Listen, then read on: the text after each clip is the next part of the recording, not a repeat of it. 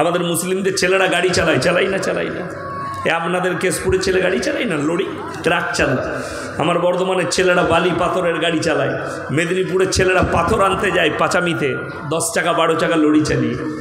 মুসলিমদের ছেলে হোটেলে দাঁড়িয়েছে, হোটেলে হাই রোডে দাঁড়িয়ে ঢুকিয়েই বলছে ভাই 1 বোতল মদ দে। মদ খেয়ে নিল, মদ খাওয়া হয়ে গেছে।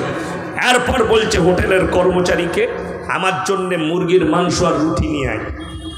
সে বেচারা হোটেলের কর্মচারী রুটি আর মুরগির মাংস এনেছে তার জন্যে। তখন সে জিজ্ঞেস করছে মুরগিটা জবাই না কাটাবো? বলে হারামখোরকে জুতো করে মার।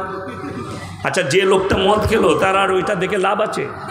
কথা বলে জবাই না কাটা লাভ নেই। চলুন কোরআন শোনাবার পরে আপনাদেরকে বুঝাই যে মুসলমান আপনারা অনেকে জানেন না। আপনারা মনে মনে হবে আমাদেরকে মাঝে মাঝে অভিযোগ করেন, হুজুর দোয়া তো করছি কবুল হচ্ছে না। দোয়া আমরা করি, কবুল হচ্ছে না।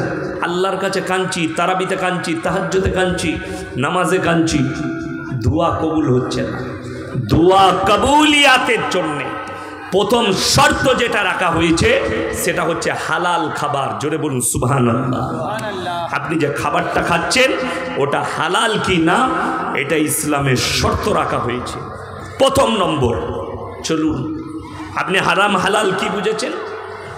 যদি আপনাদের এখানের মানুষ সকালবেলায় উঠে ঘাটাল যান কিংবা কলকাতা যান কিংবা মেদিনীপুর টাউনে যান, আপনার যদি খাবারের প্রয়োজন পড়ে কোনো রেস্টুরেন্ট কিংবা হোটেল, অপরিচিত হোটেলে ঢুকলে আপনাকে জিজ্ঞেস করতে হবে না দাদা মুরগিটা জবাই না কাটা?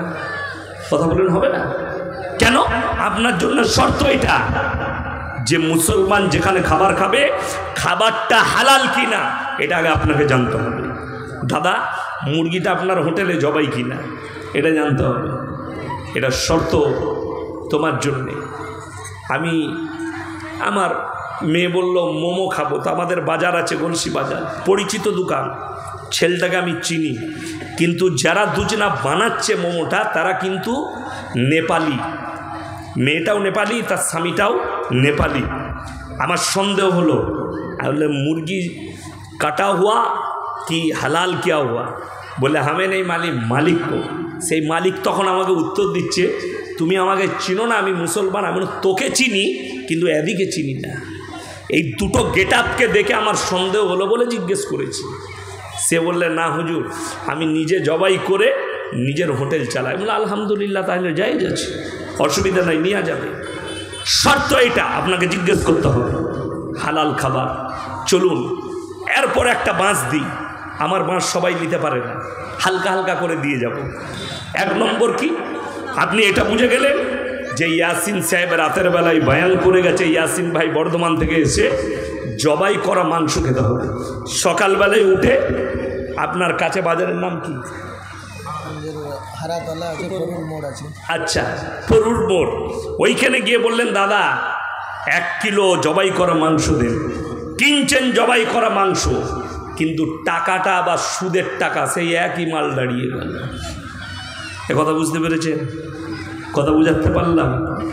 জবাই করা মাংস কিন্তু টাকাটা সুদের টাকা। এরপরে এই সুদের বায়ান করে দিলে সকালবেলায় চায়ের দোকানে সুদখোর মাল কটা আমাকে গাল দিবে না? দিবে না?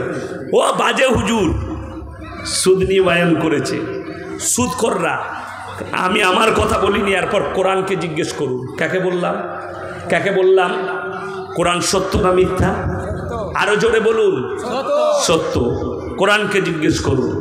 আমার আল্লাহ রাব্বুল আলামিন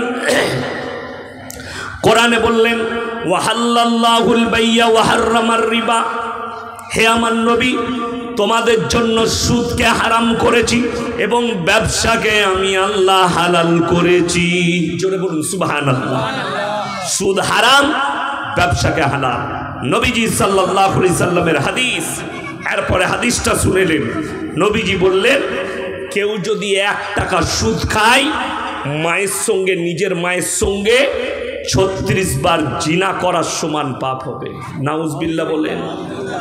এরপর আপনি ভেবে দেখুন যারা সুদখোর, আপনারা জানেন ব্যাংকে টাকা রাখলে একটা ইন্টারেস্ট পাওয়া যায় না? পাওয়া যায়। যদি বলেন হুজুর ওটা কিভাবে ব্যবহার করব, এই সুদের টাকাটা এত নিকৃষ্ট টাকা। আমাদের দেশের অনেক আউলিয়া পাবে নামাজ পড়ে, মসজিদে গিয়ে নামাজ আদায়